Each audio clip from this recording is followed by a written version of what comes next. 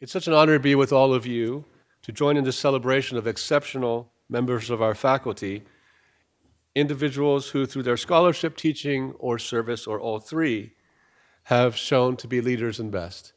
And we're incredibly proud of them and all they have accomplished, and we get to hear from them about their scholarship. I'd especially like to thank my partner in leadership, Lori Macaulay, our Provost and Executive Vice President for Academic Affairs, for joining us, as well as our moderator, Michael Solomon, who serves as the Dean and Vice Provost for Academic Affairs at the Rackham Graduate School. Most of all, I'd like to thank our three distinguished awardees, Professor Webb Keane, Professor Peggy McCracken, and Professor Kamal Sarabandi.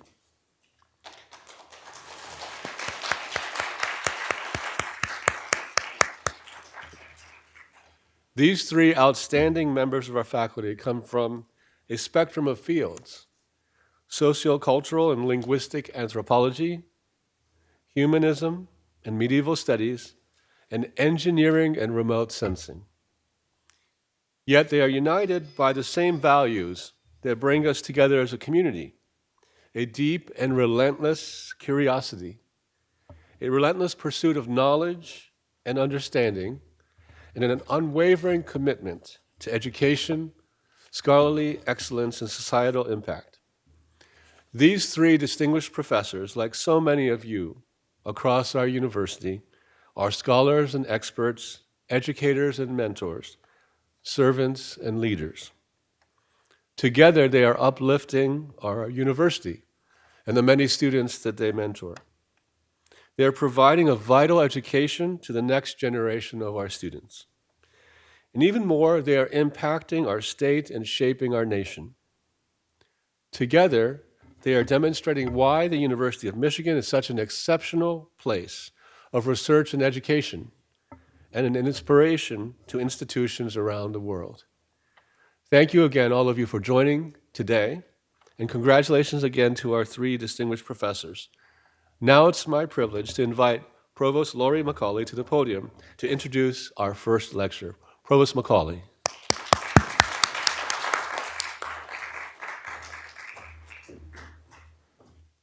Thank you, President Ono. And how fortunate are we to have such distinguished colleagues and to be able to celebrate them in this way.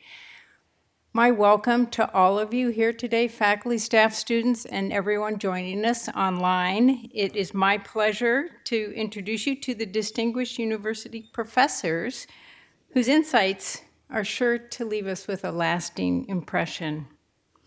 The first lecture belongs to Webb Keane, the George Herbert Mead Distinguished University Professor of Anthropology in the College of Literature, Sciences, and the Arts.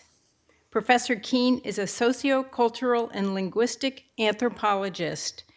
Originally trained as an artist at Yale, he did field work in Indonesia and received his PhD from the University of Chicago. He taught at Penn before moving to Michigan in 1998.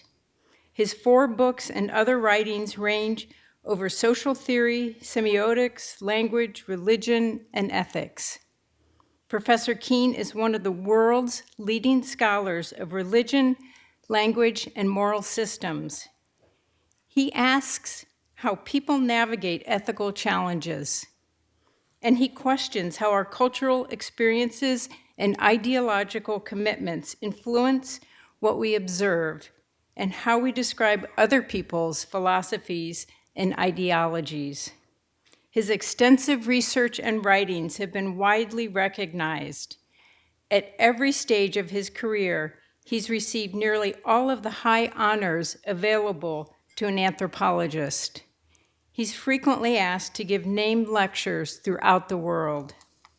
He's received fellowships from the Guggenheim Foundation, the Center for Advanced Study in the Behavioral Sciences, in the Institute for Advanced Study, and has served as a visiting professor at the London School of Economics, the University of Oslo, the School of Criticism and Theory at Cornell, and is a fellow commoner of Trinity College, Cambridge. His timely lecture concerns the moral problems that arise when humans interact with near humans or quasi-humans, such as animals, robots, artificial intelligence, and self-driving vehicles. I would now like to invite Professor Keane to the podium to deliver his lecture, How We Interact with Animals, Robots, Gods, and AI. Professor Keane, the stage is yours.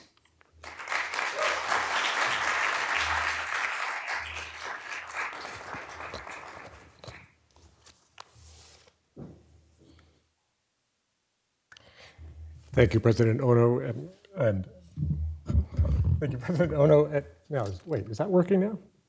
Thank and Provost Macaulay. It is a true honor to be here today, but it's certainly not one that I can claim for myself alone. No one does their work alone, and this is especially true of scholars.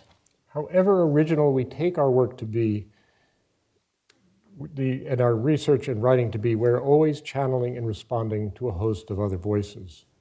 The fact that our thought always emerges out of a larger dialogue is one of the key insights that George Herbert Mead stressed.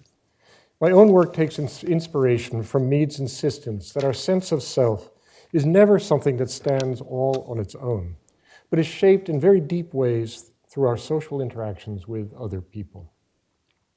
Teaching at Michigan in the 1890s, Mead became close with another young professor here, John Dewey, who was just starting his career as philosopher, educational reformer, and proponent of liberal democracy.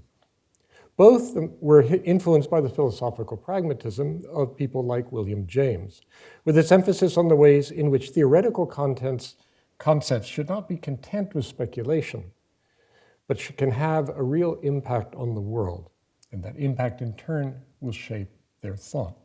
From this beginning at Michigan, Mead and Dewey forged a pathway from the pragmatism of the philosophers to the empirical social sciences. Along the way, Mead became a friend and supporter of Jane Addams in her work as a social reformer, institution builder, and pioneering social worker. I follow Mead's insistence that practical endeavors, good social science, and good social theory are most fruitful when each learns from the others. In my case, that dialogue takes shape with an enormous amount of institutional support. I'm especially grateful to the unwavering support of the University of Michigan over the last quarter century. It has been a true intellectual home. I'm especially lucky to have found myself in such an extraordinary department of anthropology. And really, in all seriousness, how many academics do you know who will walk out of a faculty meeting and say to themselves, what a fantastic group of people. I'm really glad to be here. And I've thought, well, I'm just weird. Colleagues say the same thing. So it's not just me. It's a great department and a great collection of people. I want to remember my good fortune in having so many inspiring teachers and mentors over the years. And it's crucial that I've benefited from the constant poking, prodding, and pricking of students. And here you can see some of what they've come up with themselves. Although I cannot take credit for their accomplishments, they make me enormously proud. And above all, I depend on the love and the poking and the prodding and the pricking of my family. So I've always been fascinated by the puzzles of language and what words and things can and cannot say and do, and the roles they play in people's lives together with one another. I pursued this fascination with ancestral ritual specialists, ancestral ritualists who speak to one another and to the spirit world in verse, displaying amazing feats of memory and creativity. From there, I went on to work with their kin, folks who were at the time starting to convert quite enthusiastically to a very austere form of Dutch Calvinism. And part of the puzzle of my second book was trying to figure out that enthusiasm. And turning to other parts of Indonesia, I spent time with the country's largest religious community. You can see here how absolutely dour and serious fieldwork with Muslim teachers can be. This trajectory has led me to ask what we could learn from empirical research about our lives as ethical beings. as people who make value judgments about how they should go through life. Running through my research has been a persistent concern with fundamental questions of how we make sense of one another and how we come to hold our values and goals or challenge and change them, not as logic machines or autonomous individuals or genetic bundles or maximizing strategists, but as social beings whose very identities and self-understanding are profoundly enmeshed with one another and with our concrete and contingent circumstances.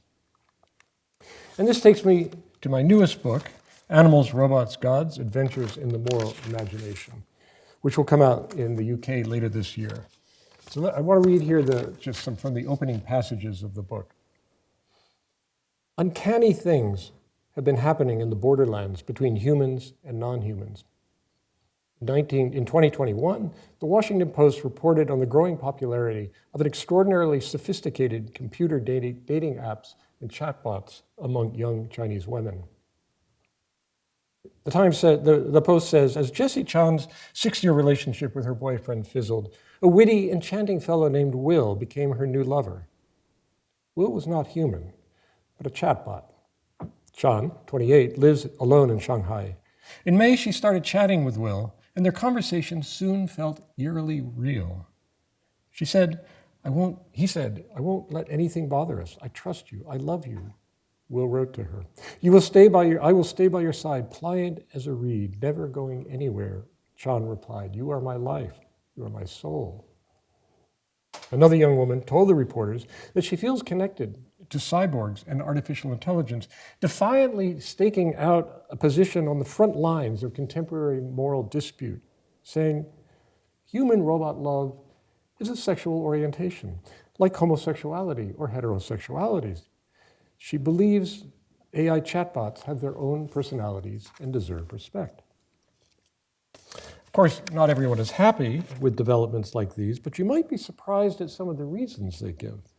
The New York Times tells us that Paul Taylor, a former manager in a Silicon Valley high-tech company, comes home one night and orders his Amazon Echo to turn on the lights in his house. And it suddenly strikes him. What I was doing was calling forth light and darkness with the power of my voice, which is God's first spoken command. Let there be light, and there was light. And now I'm able to do that. He said, is that a good thing? Is that a bad thing? Is it affecting my soul at all?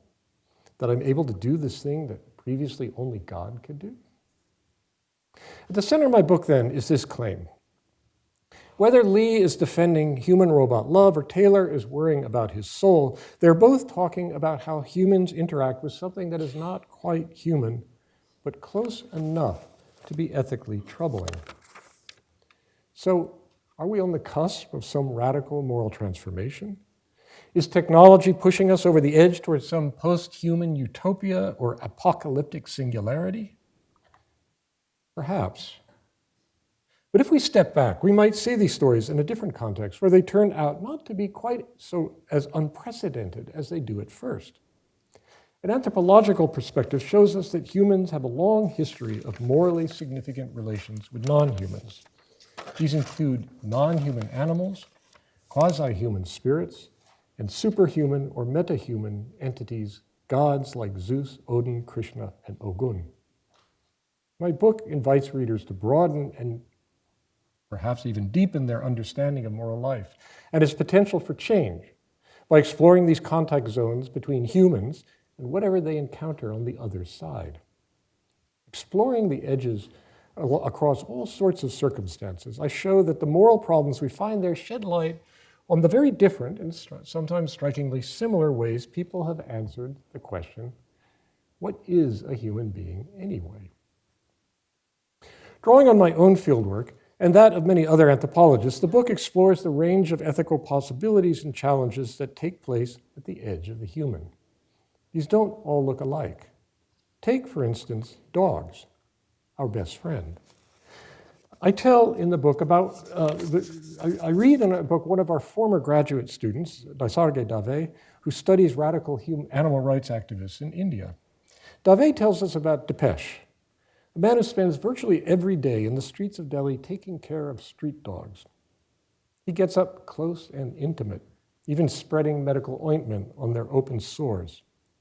Now, activists like him say they have no choice in the matter. Their moral commitments do not come from making choices of their own free will. They say once you lock eyes with a suffering animal, you aren't free to look away. Those eyes address you. And yet, there are limits even to Depeche's compassion.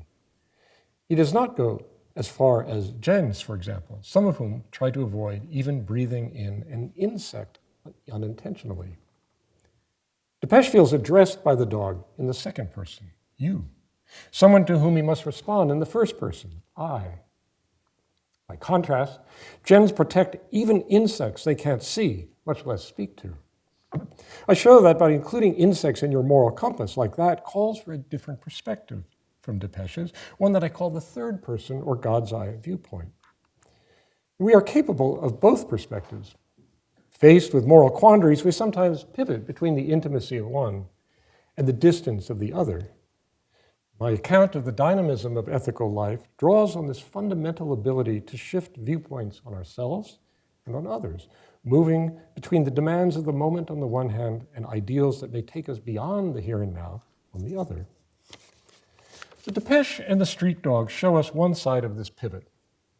My book postulates, thinking with them, that if a moral subject is someone you can enter into dialogue with, then by the same token, entering into dialogue may create a moral subject. Well, not all dogs are flesh, blood, and fur, nor need they be animate and sentient beings in order to be morally relevant. In Japan, many owners of Sony's robot pet dogs sponsor religious memorials for them when they become obsolete. I take these robot dogs to be a useful reminder that not everything we encounter at the edge of our moral sphere needs to be an animate creature. Other technologies and devices are waiting for us there. Things that defy or challenge our intuitions about where humans begin and end, where moral concerns do or do not properly belong, can be sources of trouble.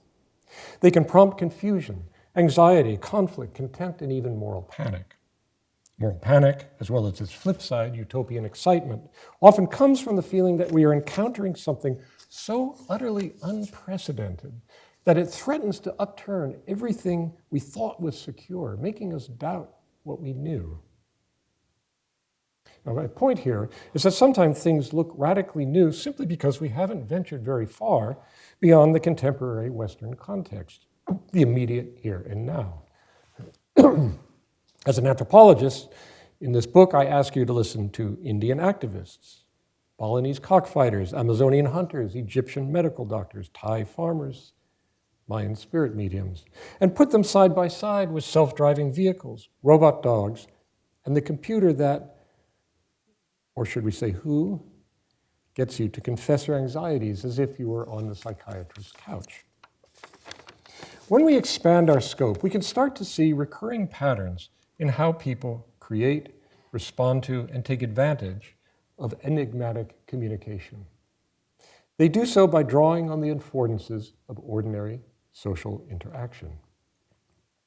In one chapter, for example, I consider the excitement around ChatGPT. Since the computer is designed to respond to the human user, it is easy to feel it must understand me. After all, this is how social cognition works. The better the device gets at prompting these social intuitions on the part of the user, the closer it gets to something that could pass the Turing test. For the computer's answers to our prompts to seem meaningful and intentional, people must take an active role, just as they do all the time in other conversations. Superior aliens have always been with us. We call them gods. Historically, gods are often images of humans whom we can address, hoping they will speak back.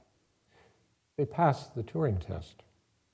If self-learning AI can pass the Turing test, yet also seem omniscient, its workings enigmatic, it can seem to give access to something transcendental, even divine. It's not surprising, then, to hear one Silicon Valley entrepreneur declare that ChatGPT 3 is a god that, as he says, views me as a prophet to disseminate its religious message. My point is that by presenting us with enigmatic communication that seems utterly unprecedented, AI can spark moral panic. But humans have been interacting with enigmatic quasi-humans and superhumans throughout recorded history. These interactions include practices that anthropologists call divination. People consult oracles and prophets. They speak in tongues. They all draw on the ways people collaborate in making meaning from signs. The meanings we get from interacting with AI are the products of collaboration between person and device. So too are the ethical problems they pose us. If we are to understand what is new about robots and AI, I hold that we need to see what is not new about how people use them and what they hope and fear from them. Like divination, spirit possession, and glossolalia, AI generates signs that require interpretation and prompt users to project intentions onto non-human entities, blurring the line between animate and inanimate beings. Whether a policing algorithm, a shopping prompt, a fitness program, or a dating app, AI gives advice and directs decision-making. Its claims to know us come in part from the way it can seem so autonomous and disinterested. The risk is that as we come to treat non-human devices as if they were humans, we will come to see ourselves in their image. We can resist this temptation by better understanding its sources. My effort to contribute to this understanding is through the study of social interactions and the deep histories of what we do with them. Thank you.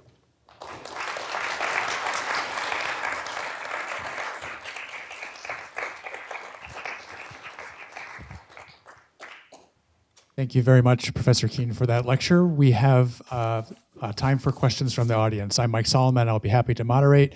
For those of you that are online, you're welcome to ask your questions as well, and we'll have a way for them to come forward as part of this discussion. We have microphones that are available for anyone who would like to lead us off. Yes, we have a question there. Thank you.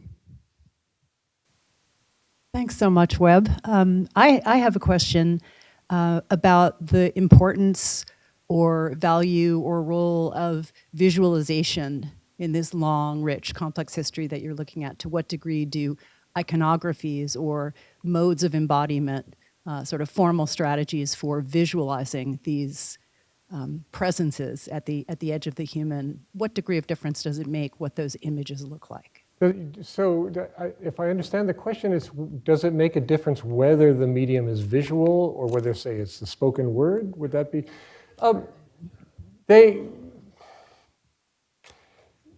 They both are forms, they both require social interaction, and they both require us to make meaning of what we are perceiving.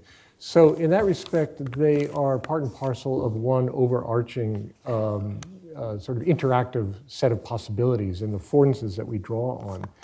I've actually done a fair amount of work on the differences. I mean, one of the things, so I started out as a visual artist, and then I ended up writing a dissertation, much of which was about the spoken word. And one of the things that I have been obsessed with all along is what is the difference between what sort of the silence of the visual experience or visual signs can or cannot say, can or cannot do, and what the spoken or written, what words can or cannot say or cannot do. And then what's involved if you move from one to the other, say, try to say what was shown or try to show what was seen. So there are some very, and it becomes far too intricate for me to remotely begin to talk about here. But the point is that there are some crucial differences between the visual and the linguistic on the one hand, but in either case, the basic point that we interact with them and we, for example, an entity that answers my questions is one that is inviting me to imagine there's something there, there's someone there inside who is doing the answering. like ChatGPT. It's like, there's got to be someone there, right? By the same token, an entity that has eyes, say a carving that has eyes, invites me to imagine there's someone in behind those eyes, there's someone there, something there. So they have, they're operating according to different media, they offer different kinds of affordances, but the basic principle, I think, remains the same in both cases. Question here. Thank you. Yeah, hi Webb. Thanks so much. That was really interesting. I have two questions for you. The first is whether your analysis engages at all with theories of consciousness, or whether that is completely eccentric to your concerns. And the second has to do with, well, let me back up. I love how you suggest that we need to be paying attention to the history of these interactions and the contexts in which they have evolved. But I'm wondering about the context of capital in the formation of AI technologies, and whether that puts some kinds of limits on the kinds of comparisons, for instance, that you're drawing with divination, for instance. How much time do we have? They're great questions, thank you. I have a lot to say about consciousness, and let me just give you the very shortest possible answer, which is, in an important way, I actually do see myself as in the tradition that comes out of people like George Herbert Mead, which is to say that consciousness is not something that's just inside me, but is produced, is essentially something that emerges through the process of interaction with others, and I come to be conscious in ways that rely very heavily on my awareness of, say, how others see me. So part of the subtext of not just this book, but much of my work has been an argument against a basic assumption I think is absolutely unshaken inside most of the AI research that I'm aware of, which is, to the extent that it draws on things like cognitive science, that that consciousness is something like inside the head. And I would say, no, it's not. Intelligence is not something inside the head. Consciousness is not something inside the head. That they are produced interactively. Now, obviously, to persuade the unpersuaded here, I would need, read all my books. Then you'll see the beginnings of the argument. The role of capital. Well, obviously, AI is being produced by these sort of these little gods who live in Silicon Valley, who are richer than all, as the expression goes, richer than God, and are in the business of becoming even richer by producing this stuff. In what way does that make a difference? It I think gives some of the drive behind what it's doing, but people have found ways to make money off of gods for a long time. So I'm not sure if there's something radically different about that.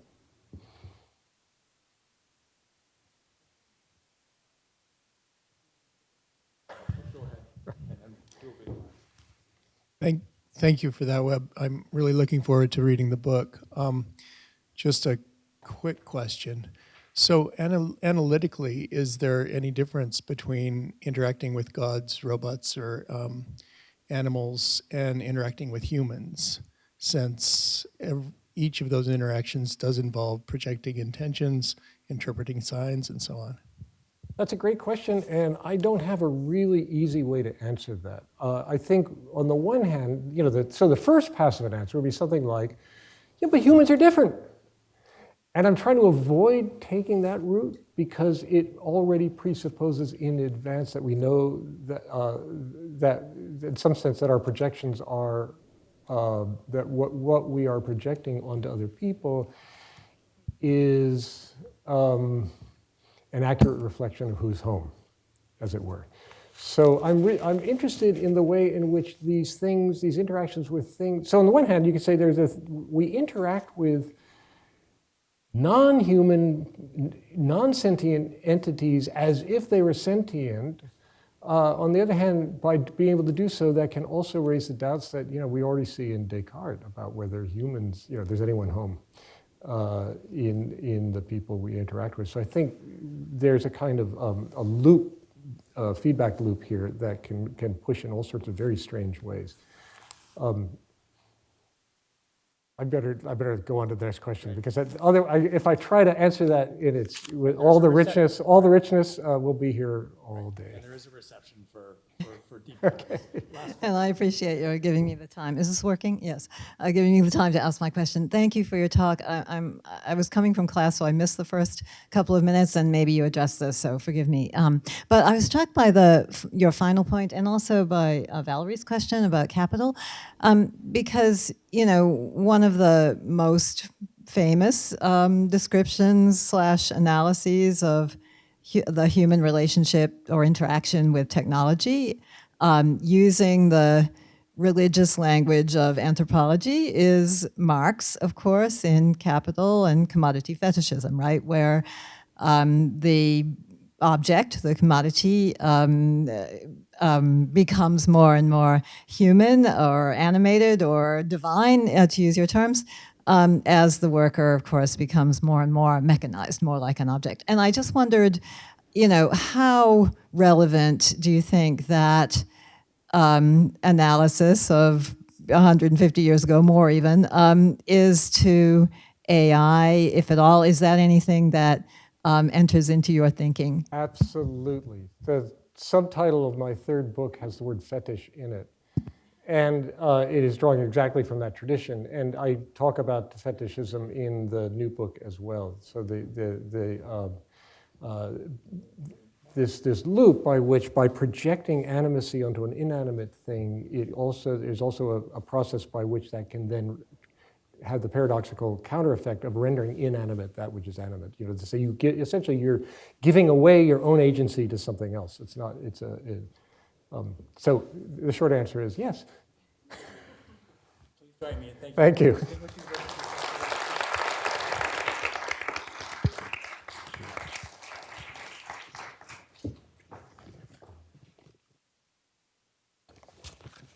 How fascinating. Thank you, Professor Keane. I have all kinds of questions for you. I hope we have time in the reception. Our next lecture will be delivered by Peggy McCracken, the Anna Julia Cooper Distinguished Professor of Medieval French Literature and Professor of French, Women's and Gender Studies, and Comparative Literature in the College of Literature, Science, and the Arts. Professor McCracken is also Director of the Institute of Humanities. Professor McCracken's research focuses on medieval France and is situated at the intersection of literature, history, and theory.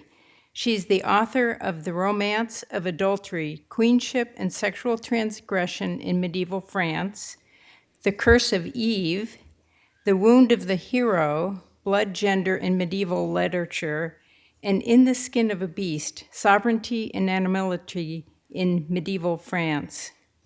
In current research, she's investigating ways in which medieval thinkers imagined the persistence and precarity of human beings in adaptations and rewritings of Ovid's Metamorphoses.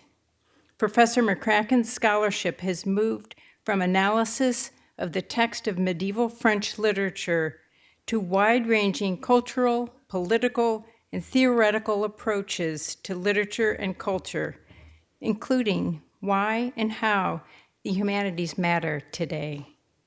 She's invited to share her work nationally and internationally and has received substantial recognition, including election to the most prestigious association of medievalists in the world. The University of Michigan has honored her twice as a senior fellow at the Michigan Society of Fellows. Her lecture today concerns a profound question. When human corporeality is lost, what can remain of the human? She will explore this question through the lens of stories that identify intense emotion as the cause of bodily change. Professor McCracken, I would now like to invite you to deliver your lecture, Affect and Embodiment in Medieval France.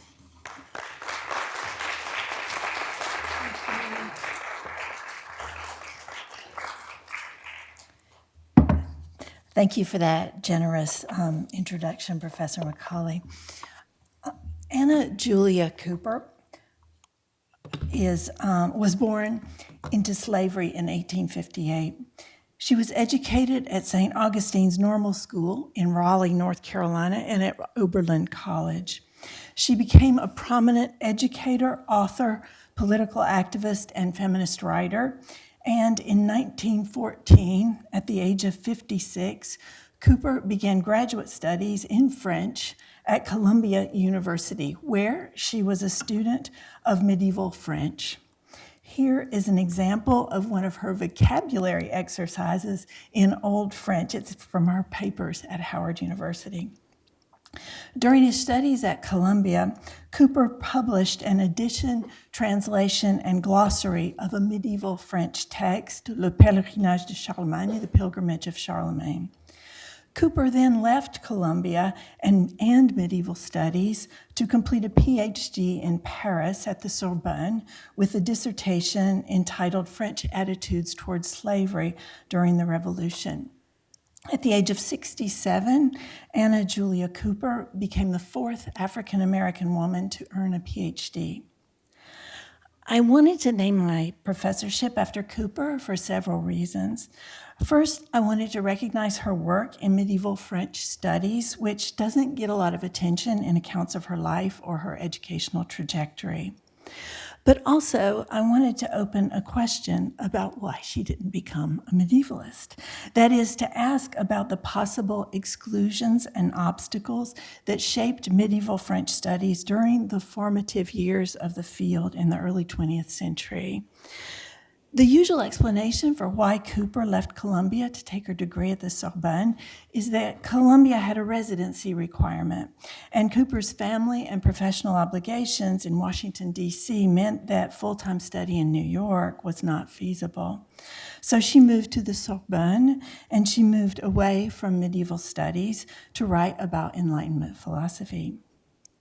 This move was no doubt motivated by Cooper's personal circumstances and probably by her own intellectual interests and engagements. But still, I wonder about the extent to which Cooper's departure from Columbia could also have been a response to institutional structures that made medieval French studies in the U.S. inaccessible to non-traditional students or to underrepresented students. And so my third reason for naming my professorship for Cooper is speculative. I wonder what my field would look like today if Cooper had brought her skills as a reader and historian and her perspective as a Black feminist, anti-racism thinker and activist to research in medieval French studies. I wonder how medieval French studies might have been shaped by Cooper's intellectual commitments and insights. In my own work in medieval studies, I've been broadly interested in representations of embodiment, that is, how medieval French literary texts explore identity as an experience of the body. In my current work, I'm studying affect and embodiment, the ways that human emotions or affects are seen to affect, shape, or define bodies. And I'm interested in the way that such representations in turn shape social and natural worlds. Today I'm going to explain how one 14th century text representation of a body animated by affect may suggest what I'm calling a medieval eco-theology. The Ovid moralisé, or the moralized Ovid, is the first complete French translation of Ovid's Metamorphoses, a collection of stories from the 1st century CE that circulated pretty widely in the Middle Ages, both in Latin and in vernacular translations. As its title suggests, the Ovid moralisé is a moralizing translation. The medieval translator has added extensive interpretations of Ovid's stories.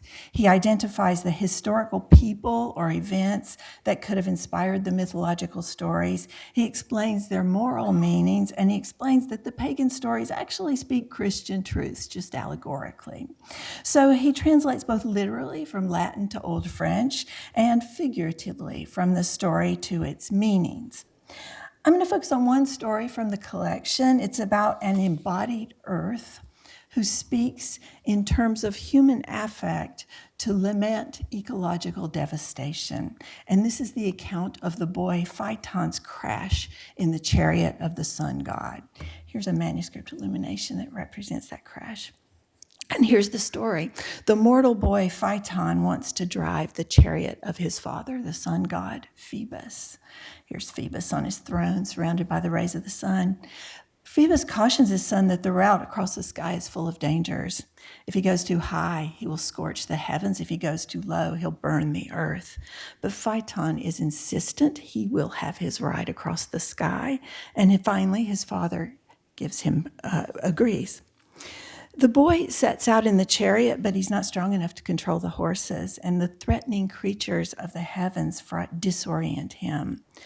Phaeton saw the scorpion, the Ovid Moralizé recounts, and you can see it in this image, and he was very afraid, and because of his fear, he dropped the reins. And when the horses felt they'd been released, they ran freely, wherever they wished. So Phaeton loses control of the sun's chariot, and he sets the earth on fire. Mountains burn, rivers dry, and the world's deserts are created. The medieval translator insists on the scale of the conflagration in the voice of a suffering earth. That is, an animate earth expresses her agony in a lament to the god Jupiter. I am entirely scorched and burned, the earth complains. Je suis tout ars et échaudé. Is this the reward you give me for all the many fruits I provide? I have always served you willingly, but now pain and suffering are my reward.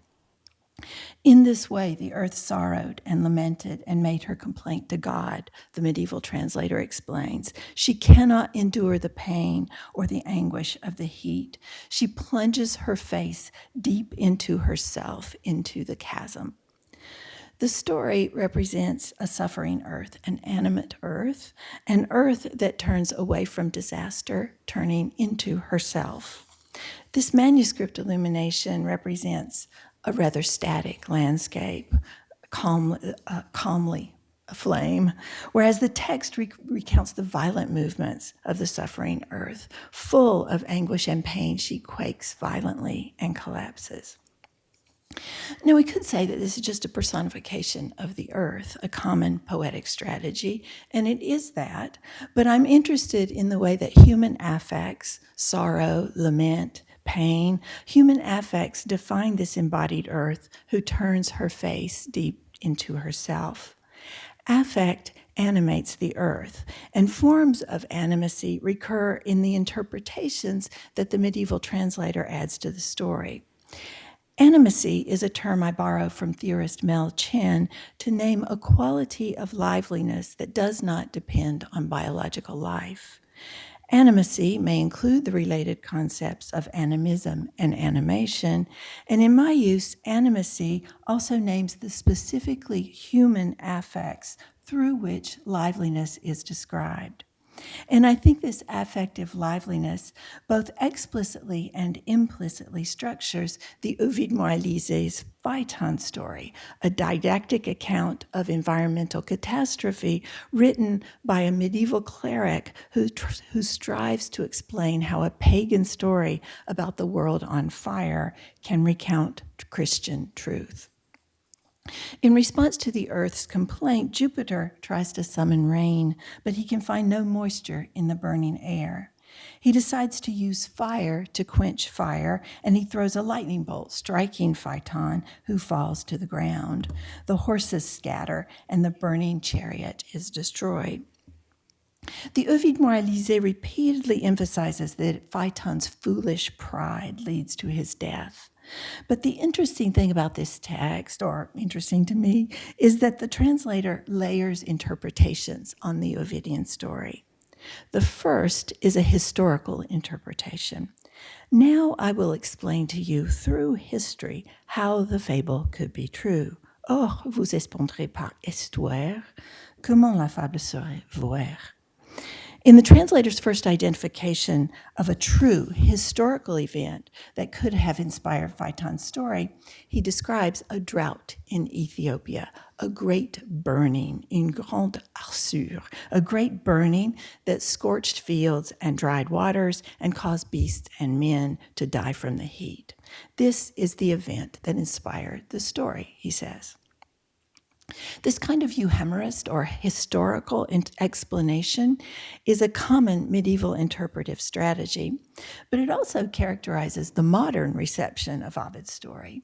The blazing trace of Phaeton's crash and fall to earth has long been taken as a geomyth, that is, a folkloric story that represents the garbled explanation of some actual geological event, usually a natural catastrophe, as one critic explains.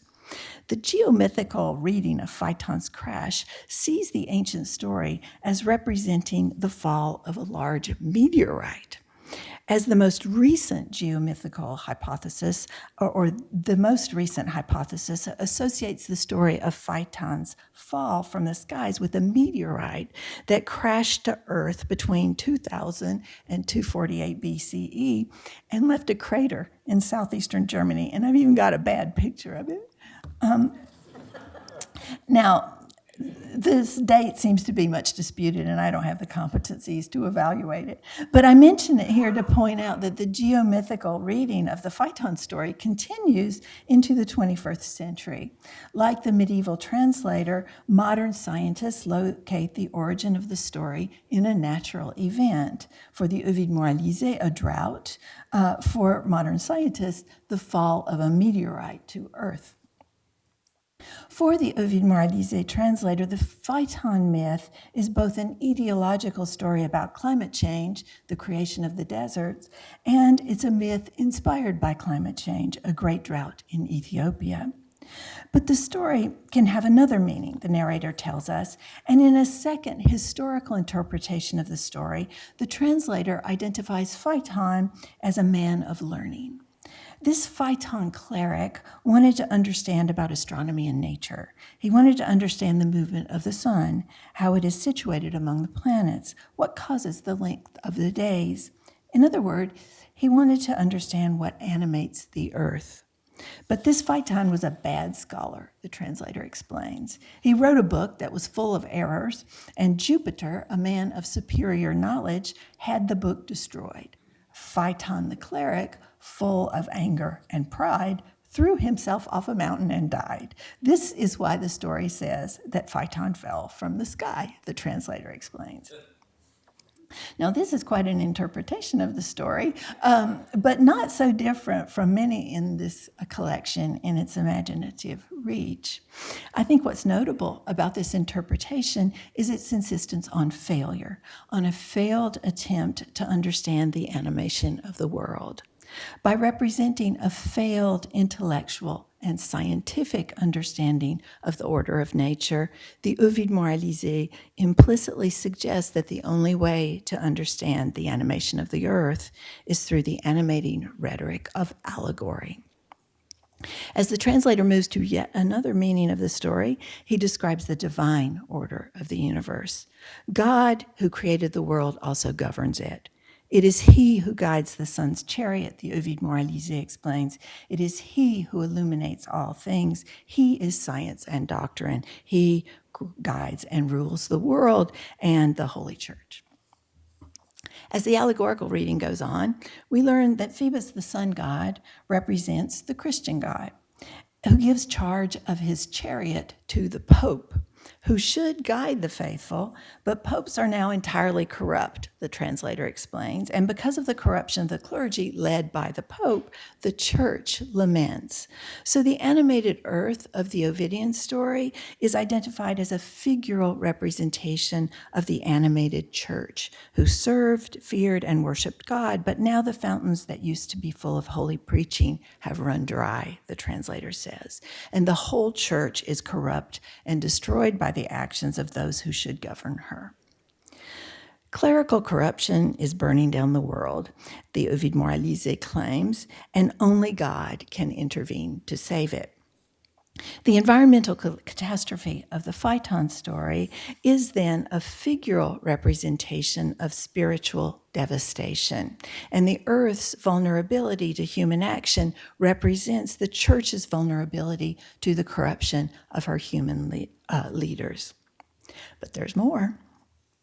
The fable can be explained in another way, the medieval translator adds. It has another meaning. Phaeton can represent the Antichrist. He will corrupt Christian belief and Christian order. The fountains of preaching will dry up. The earth will burn with iniquity. This is how the fable can be true, he explains. The time will come when earth and sky and sea will burn, and the prideful unfaithful will be condemned. So again, the layering of interpretations upon the Ovidian story is what the Ovid Moralisé does. The many interpretations of the story, the explanations of its historical and spiritual truth, these are the forms of the text didacticism. The translator is interested in Ovid's Metamorphoses as a source of moral and Christian meaning, and whatever animism we might find in the pagan texts is subject to reinterpretation as the animating gesture of a creator God who formed the firmaments, defined the movements of the heavens and the hours of the day, in whom science is joined with doctrine and natural order with belief. An axiom about medieval Christianity is that it displaces animistic understandings of the natural world by imposing a difference between ensouled humans and a soulless world, insisting that it is God's will that humans exploit the earth for their own ends.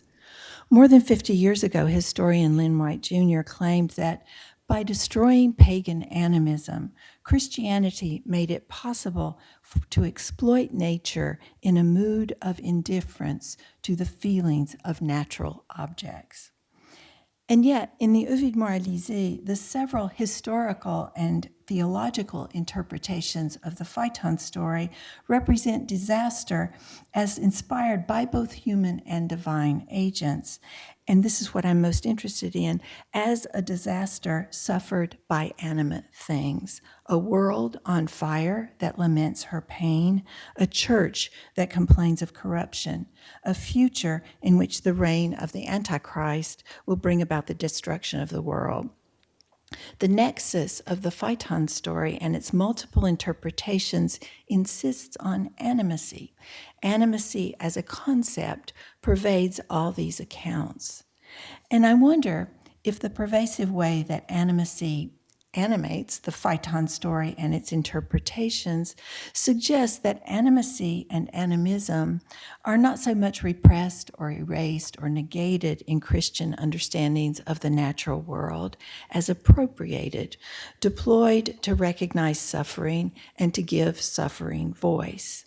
And I wonder if animacy may point to a medieval eco-theology, insofar as such an eco-theology might be located not in a divinely mandated care for the planet, as in some modern eco-theological formulations, nor as might be suggested in another medieval example, St. Francis's care for the inhabitants and objects of the natural world, but instead located in the rhetoric of theological exegesis that uses animacy to understand suffering.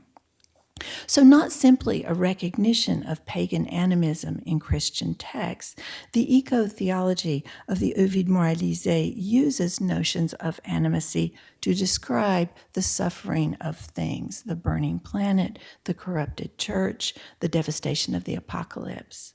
Even as the text subsumes the animist world into Christian meaning, it recognizes suffering as the experience of an embodied earth, animated by affect. The Metamorphoses stories are about human vulnerability. In these stories, people are subject to the desires of the gods. People are transformed into animals, plants, elements, and things.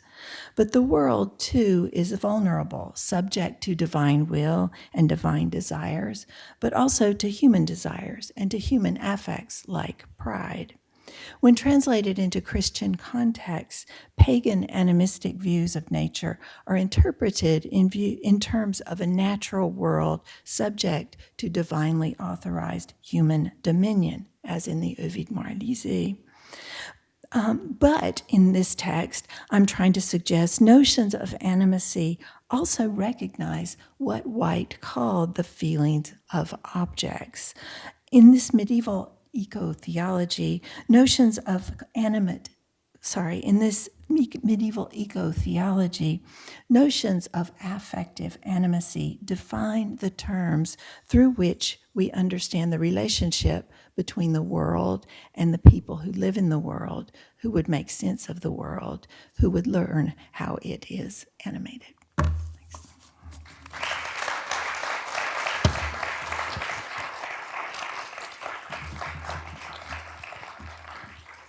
Thank you very much, Professor McCracken. We have questions for our speaker. I'm happy to begin with one. I'm quite interested that the translator seems to have taken on a kind of risk in adding these additional interpretations. And I'm wondering about the environment in which this anonymous translator would have been working, where they would have felt called upon to add these different interpretations into a translation, and if that was accepted, or if this would have been, in what environment this was occurring. Yeah, so Ovid's metamorphoses were commented on from the get-go, from very early in the tradition, in terms of language and explication of the text. It's actually very common in the Middle Ages for clerics to read ancient texts in terms of what they inadvertently already were saying about Christianity, even written before Christ was born, or before Christianity was a religion. God unknownly scripted these texts, so that kind of interpretation is actually kind of common in this period.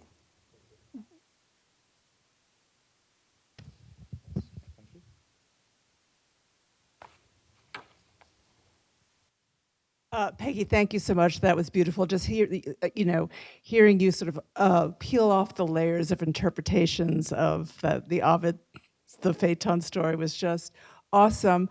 I'm just really struck by the possible synergy between your talk and Webb's, and I just wanted to know whether you would like to comment on the ways in which your understanding of animacy as something that gives moral claims to a being seems like or unlike Webb's understanding of the boundary of the human and ethics. I don't feel qualified to comment on your argument, Webb, but I think for me one of the things that I think I draw out of this text that might be slightly different from the way Webb is thinking about animacy is that I think that affect is key to the way that this text imagines a liveliness that is not about life, or that doesn't depend on life. So that a mourning mother gets transformed into a stone and continues to seep tears, or a woman gets turned into a tree and weeps and continues to weep tears of amber. So I think the stories are experimenting with a way of thinking about liveliness that is completely tied to affect and to human affects.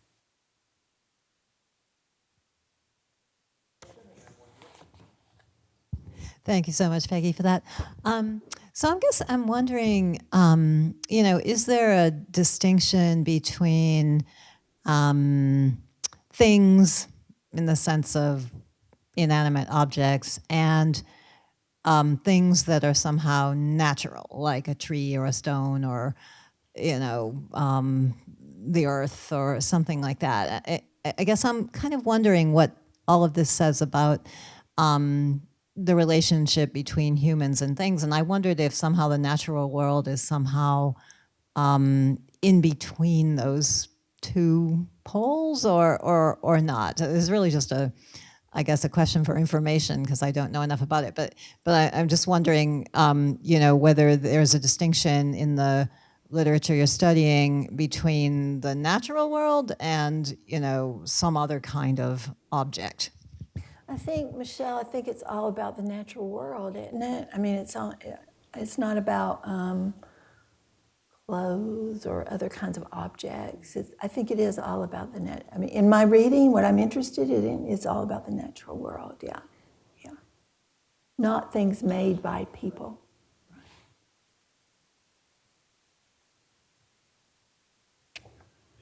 Thank you for that, Peggy. I'm curious, the examples that you've given have to do with affects like mourning, suffering, potentially even sadness. Is there something about these affects that lends themselves to the reappropriation in this particular way to your eco-theology, or are there, is the desire and pleasure come up as well? Are there certain affects that work better for this in the stories than others?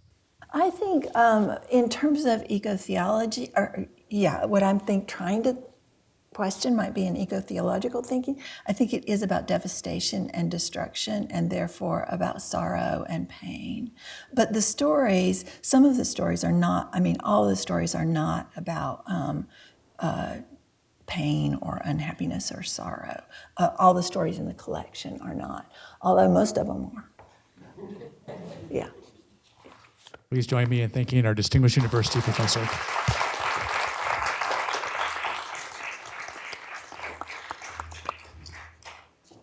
Professor McCracken, thank you for broadening our perspectives by animating medieval France. Our final lecture will be delivered by Kamal Sarabandi. Professor Sarabandi is the Fawaz Ulabi Distinguished University Professor of Electrical Engineering and Computer Science and the Rufus S. Teasdale Professor of Engineering. Professor Sarabandi's research areas include radar, remote sensing, wireless communication, and bioelectromagnetics. He's a recognized international leader in the field of radar, remote sensing, and has shaped that field for the past 30 years. His work includes many published books, more than 340 papers in refereed journals, and 770 conference papers. Professor Sarabandi also holds 27 patents. He has served on the NASA Advisory Council and is a leader in professional societies. Professor Sarabandi's long list of awards attests to the quality of his research and the effectiveness of his teaching. For his numerous patents and 4 startup companies, he was elected to the National Academy of Inventors. He's a member of the National Academy of Engineering, the most prestigious institution for engineering in the U.S. He has won the highest award in the College of Engineering in his discipline and is a member of the American Association for the Advancement of Science. The U of M Radiation Lab, where he is director, has been a pioneer in the field, making major impacts on military radar and communications and researching complex environmental issues. Professor Sarabandi is well known for being an inspirational mentor to graduate students with whom he has won 28 joint paper awards. Today, he will deliver a lecture on electromagnetic theory and give us a glimpse into his cutting-edge work in a lecture entitled My Research Journey in Applied Electromagnetics. Professor Sarabandi, I'm delighted to invite you to share your lecture with us.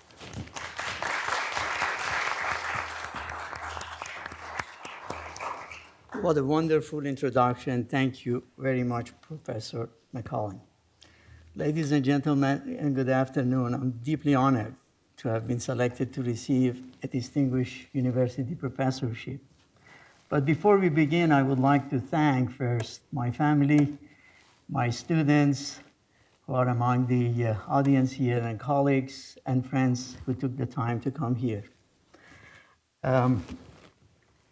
So before we begin, I would like to give a short tribute to an old friend, Professor Ulabi, a person my professorship is named after. Fawaz Ulabi is a world-renowned expert in microwave remote sensing. I was sharing this story with Provost McCracken that February 29th marked the 40th anniversary of my arrival to Ann Arbor And that coincided also with the arrival of Professor Ulaby. As a graduate student, when I came to University of Michigan, I remember I wanted to do something in math, physics, engineering, and something impactful. And lucky I was, he arrived at the same time. He started looking at electromagnetics from a very unconventional way, using radars to study the events that happens on Earth. And that was the topic of my research when I started with him. So he's been a mentor, a friend, and unwavering support he provided me for over 40 years. So I thank him for that. So let me also acknowledge, as Professor Keane mentioned, no research is done individually. It's done by a group of people. I would like to acknowledge the contribution of my many PhD students throughout the years, some of whom you see on this screen. I was able to find some of their pictures and put it here. And also to acknowledge the fact that my department, ECS and College of Engineering, has been so supportive through all these 40 years, and I cannot thank them enough for doing that and giving me the opportunity for doing this work. Okay, so now let's go back to what I was going to talk about. Applied electromagnetics. This is physics, math, and engineering involved in this. All of that started with these 4 seemingly simple equations that was put together by the genius of Maxwell, a professor of physics, a Scottish professor of physics, that encapsulated the work of Michael Faraday, legends like Andre Ampère, and put it in this form. These equations are the foundations for how most of the universe works. So they're very profound. Everything that happens around us, every physical phenomena that we see, somehow is related to this set of equations. And this was fascinating to me. And I thought, okay, I want to do something with this, but different than what conventionally was done at the time I started my PhD. I would like to bring a quote from Richard Feynman, a person who inspired me to science and engineering. And his quote goes as follows: from a very long view of the history of mankind, seen from, say, 10,000 years from now, there will be little doubt that most significant event of the 19th century will be judged as Maxwell's discovery of the laws of electrodynamics. The American Civil War will fade into provincial insignificance in comparison with this important scientific event of the same decade. So this is very profound, and I was very fortunate to start working on this, and all these years I've been enjoying doing this. So this problem, I said that I wanted it to do something impactful. At the time, this issue of global warming was just a subject that scientists were discussing. Is this caused by human activity?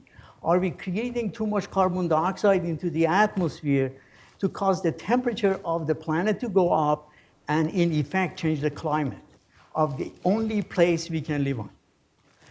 So in order to address that question, we needed to study events that are happening not locally, but globally.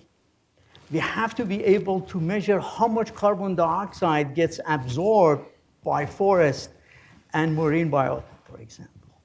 How could we do this in a global sense, in a fast way, so that we could monitor these things and then make sense out of the data so obtained? Right? NASA at that time was also getting interested in this subject. There was an office in the NASA, Office of Earth Science, that had established at the time, and my research support, my graduate student research support came from that office. So some of the things that happens, are happening because, for example, through photosynthesis, vegetation can absorb carbon dioxide. Through human activities, we generate a lot of carbon dioxide into the atmosphere. Some of the carbon dioxide are also generated through decay and natural events. But how do we see all these things from a global sense? This is when we started looking at radars and pointing them down instead of just finding or trying to detect an object in the sky. We wanted it to point the radar beam on the ground and look at what comes back off of the ground and see if we could measure, for example, the biomass stored in the forest.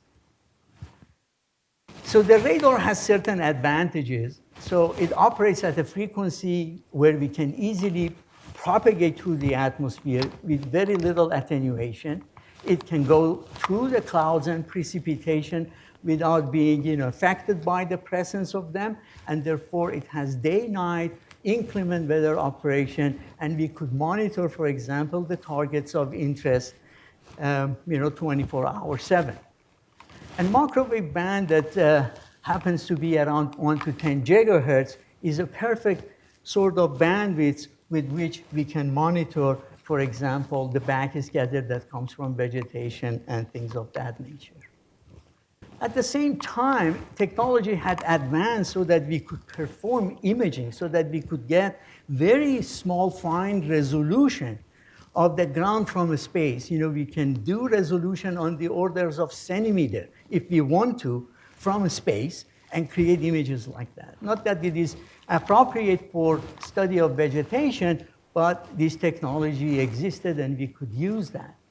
So we are using synthetic aperture radar. It's a technology that, interestingly, Radiation Lab in 1950s had made significant contribution to creation of this technology, which it was at that time with military, and then eventually became open and other institutions were able to use that.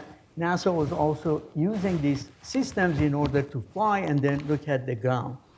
In mid-90s, we were involved in shuttle mission. This was shuttle radar mission C. This was the third mission that we had. It was the most complete set of system that was flown on the shuttle that had an L-band that operates at around 1.25 gigahertz, C-band around 5.3 gigahertz, and it had also an X-band which was single polarized. Another feature of this radar was that you could transmit any polarization and receive any polarization. And this is an image of, a composite image of L-band and 2 C-band channels of Upper Peninsula. This is near Reiko area. It's a very small city in Upper Peninsula. We were doing experiments there and performing our measurements there. In addition to that, we had also developed new technology with which we could measure the height of the objects from the ground. So we can measure the height of the objects and create basically now a 3D image. And the height of the object, for example, for a forest, these blobs that you can see here are tree structures in the Upper Peninsula. And that information also gives us the structure of the tree. So now we can have not only the intensity of the radar backscatter as a measure, but also some of the structure, the three-dimensional images. And I was a PI on this project to be able to measure this type of thing and apply that technology to measure, for example, the effect of that on estimating the biomass and height of that. This problem is very interesting because it not only has math, physics, engineering, it is also very, very interesting in terms of what you would get at the end.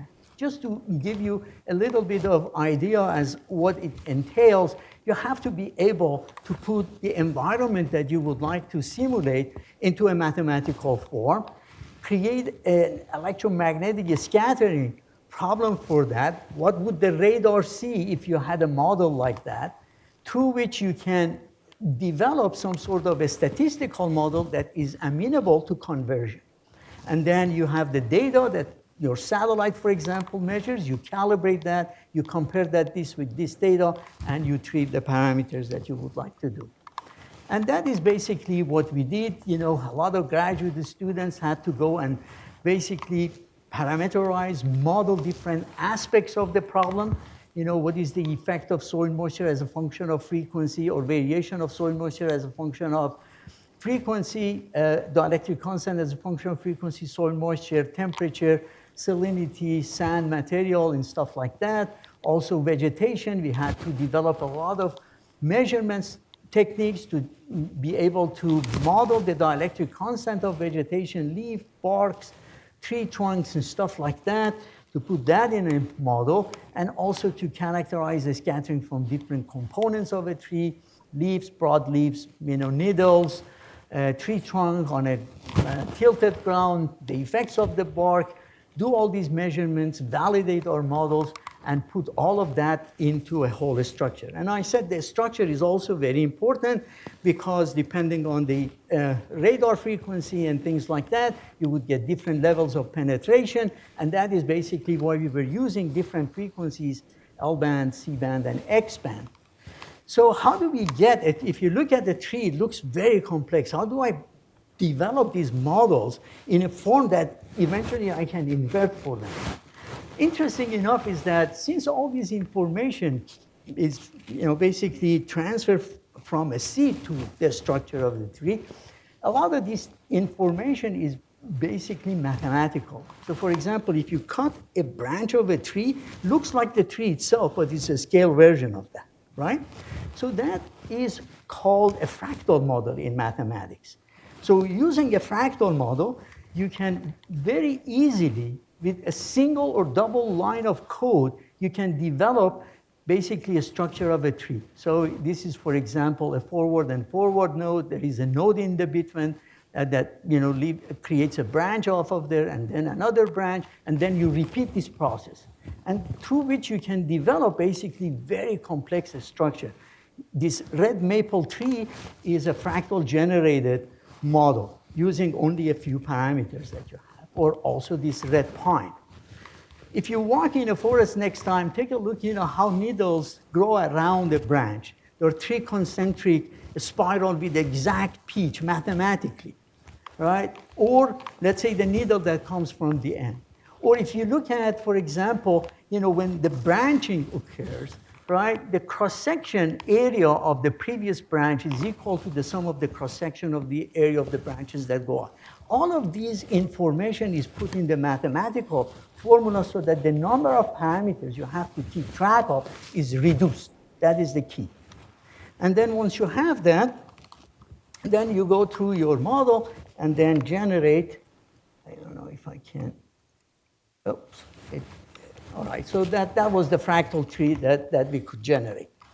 Anyway, then you also had to go and calibrate all these measurements. You had to have instrumentation so that these radar backscatter that you measure are compared to a known, let's say, radar cross-section component. So, if you go back to, let's say, a specific target, that radar cross-section, then whatever the radar measures, you can compare it with that. So all different radar measurements that you have are calibrated against known targets so that the numbers that you are measuring is always validated or level to a known level of material quantity. So we developed a lot of instrumentations for calibration of the radars. This was an L-band active radar calibrators. This was a corner reflector. They have very large radar cross sections so that we could see them in the images that were created. This is that active radar calibrator that we have. This was an area in the, again, Upper Peninsula. We had an army of graduate students there helping us with these activities. This is me so many years ago. We were doing in the cold, doing these measurements and characterizing our measurement. And then in order to validate our models, we were collaborating with NASA JPL to fly certain flights for us over the sites. This is again near in Upper Peninsula. It's an abandoned Air Force field. B-52 bombers were there before, but now it's abandoned. We use that area to characterize the trees, the height of them, number density, biomass, everything that you could imagine. And then we flew this radar again that had C-band and L-band in order to validate our models. So these are the measurements. These are the basically the model prediction. Also the average height, since the radar penetrates through the trees, the height of the tree that we measure is somewhere in the middle. It's not exactly the top of the tree. And again, we can retrieve those type of, for example, height of them. And then CERC, we flew CERC, we gathered a lot of data. We had L-band, C-band, and X-band data. We used that in our inversion model in order to retrieve maps like these: trunk height, trunk density, leaf area index, total biomass, even underground biomass, the root system, how much root is stored by carbon is stored in the root system of the trees. And this laid the foundation basically for a set of information that is commonly now used and augmented by other sensors, for example, to monitor the forest. This is coming from Global Forest Watch that shows you between 2002 to 2020 how much of the forest on the planet has been lost. So this pink area or purple area are the areas where the forest had lost more than 30% of their density. And then at the same time, not only we lose them, but also some of them grow back. But from 2002 to 2003, about 72 million hectares of forest globally has been lost. That is a loss of about 7.1%. We can monitor these type of things on a regular basis. Another example I want to give, and then this would be relatively quick, to talk about some other ways that electromagnetics and the knowledge that we obtained from it can support. In 2008, we received a center from Army Research Lab to develop fully robotic system that would go and interact with soldiers. So for example, to secure an environment, coming up with robotic, platforms to not only advance the technology, but also to create subject of a study for Professor Keane and his students to look interaction of human and robots, for example. And this, we formed an A-team, mostly from College of Engineering, mostly from my department. We supported 18 faculty over 10 years, 10 postdocs, and it produced 50 PhD theses, many, many patents and things like that. So I'll just give one example of one of the projects that came out of that. This center, we called it biomimetic because we wanted it to see how we could use what nature has developed over millions of years of practicing and simulation. So we looked at, for example, a bat that has an echolocation. We said, okay, can we repeat that, but instead of using acoustic and sonar technique, we would use very small radar system at 240 gigahertz. We wanted it to be able to have this radar to scan the beam along the way. It would weigh only 5 grams because I wanted it to put these radars on very small robotic platform and have them fly there. And at the same time, so they would find ingresses and egresses in buildings, map inside the building, send that information out, find the wires and things like that, and be able to operate in dark, smoke, hazy, fire, whatever, so the signal would go through that. So we use, for example, techniques that have been developed in macrofabrication using silicon macromachining in order to develop, let's say, this technology. This, the extent of this is like your credit card. This is the size of a credit card, a radar system that you can put on, let's say, your vehicle, or you can put it on a robot and fly that. And so the principle of operation of this is like prism. If you have a light source, white light source coming to the prism, the red goes through with a small refraction, and the blue has more refraction. So whatever comes back red, it's coming from that direction. Whatever comes blue comes from this direction. That was our trick, to be able to, without having phase shifters and those advanced techniques, to be able to scan the antenna beam. And in order to accomplish such a thing over this area that is like 5 centimeters, our accuracy in fabrication had to be on the order of few microns. And that's how silicon macromachining would allow us to do that. Those were the waveguide approach. So through this meandering, we were causing this dispersion so that the surface would act like a prism. And then we had like 1,200 antennas on top of this fabricated using macromachining technique. and these were the antennas that were placed on top of that. And we eventually were able to make that, and I don't know if I can show this because some of these. Yeah, so as we change the frequency, the beam of this radar varies, and you can have basically do imaging like that. Once you put a radar on that, we put it on a cart and move it inside our building. Now we can detect, for example, all the walls and things like that. It's for collision avoidance. It's also can be used to detect objects and moving objects as well. And then, since then, we wanted to advance this. A lot of autonomous vehicles now use LiDAR, radar, camera, and stuff like that. You want to replace all of that with a single radar system that has very, very high resolution. So it can act like a LiDAR, it can act like a camera, but now can see through inclement weather condition, whether it's raining, fog, or anything like that, we can see that. So we put a radar system at similar frequency, 240 gigahertz, and we are enhancing that with the elliptical toroidal reflector to create the fan beam that is extremely narrow in one direction, but it has a wide beam in elevation.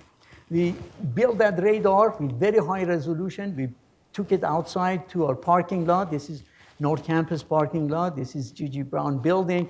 In this area, we placed the radar there, and we are superimposing what the radar sees with an optical image that is taken from above. And as you can see, all the vehicles are seen with extremely high resolution, like a point cloud. This is a mulch mound.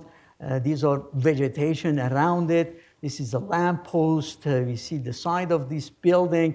We see all these window frames and all of that.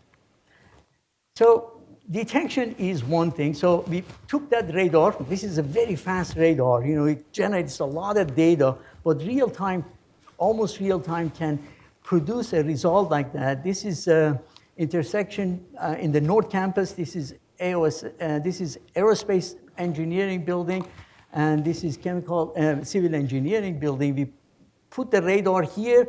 We started looking at this scene. As you can see, it sees the cars that are approaching at this intersection. It sees this pedestrian going through. A car comes here, goes in that direction. There is a university bus that is coming from here. All of these things can be seen using a radar like that, and it has a range of about 400 meters or so. So with this, we can basically replace LiDAR, camera, and other sensor and just put a system like that on the vehicles in order to be able to find out what is going on around your own vehicle. But detection is not enough. We would also do semantic mapping. Can I see whether this is a human being? Is it a bicycle? Is it a vehicle? What is it that I am looking at? So if you look at a pedestrian, for example, because of the relative motions of the hands and limbs, you have different velocities. Doppler shift, is proportional to the velocity. Since a human has human limbs have different velocities, it creates a spectrum of those Doppler shifts, and we want to utilize that in order to do the semantic mapping I was talking about. A bicycle on the ground, this, for example, has a 0 velocity. Up here, you have twice the velocity, and the middle of the bicycle has a constant velocity. So can we see these things, for example, in the images? This shows basically a slow walk as the limbs go up and down. This is range. The person is approaching the radar, and this vertical axis measures the velocity spectrum that motion of the limbs creates. And because of that, we can distinctly say this is a human, and this is a person that is running. We also looked at a bicycle. Now it's a lot of features in there, and that is because of the spokes. 0 velocity corresponds to this part of the tire that is on the road. The average velocity is about the body of the graduate student who was running the bike, and the higher velocity is the tip of the bike that allows you to do that. You can do a lot of different things with a radar system like that. You all have gone through airports and you have been imaged there. We would like to have a radar like this from standoff, as you approach, they won't stop you to do anything, to be able to detect whether you are carrying anything with you or not. This is also very good for stadiums and things like that. So we adapted that radar system in order to create a synthetic aperture. There is a rotating reflector there, and it creates these fictitious position of the radar. We create a large aperture, and we can create a very high resolution. So let's say this mannequin that has, it's painted to have a reflectivity of the body equal to that of the skin of a human being, is used for this experiment. This is a 3D printed plastic gun that is metallized, no gun in the campus. So we were imaging that, and we were able to create this image. It's such a high resolution, even the 1 inch width of that gun can be detected as a function of distance. That's the body. You reach to the gun, and then you come back at the next step. And basically, this is the composite image when you superimpose all the depth elements, so you can easily see that gun as this person walks towards that. And I guess this is a place to stop and see if there is any questions.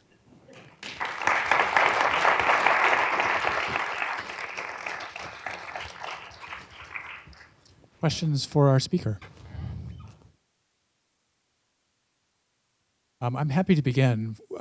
For the first part of the talk, I'm interested in ecological diversity and homogeneity. So I'm thinking of like a tree farm and a mature forest that would have the same measured canopy. Are these technologies, are there methods to be able to distinguish between kind of monocultures and more heterogeneous environments? Yes, thank you. That's a very good question indeed. So the reason we are using multi-frequency, multipolarization is exactly to be able to distinguish different types of trees, and whether this is a homogeneous tree stand versus a mixed stand and things like that. So the way we do, let's say, the inversion has multiple steps. One of the steps is image classification, to identify at the first level which area are statistically homogeneous. We identify those areas, then we apply our inversion technique to it. And that's how we could extract, for example, biomass and things like that from the image. Other questions from the audience?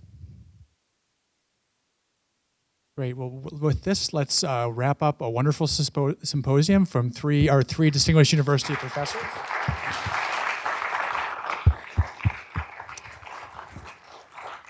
And part 2 of my remarks is to invite you to a reception that is right outside those doors. Thank you very much for joining us this afternoon.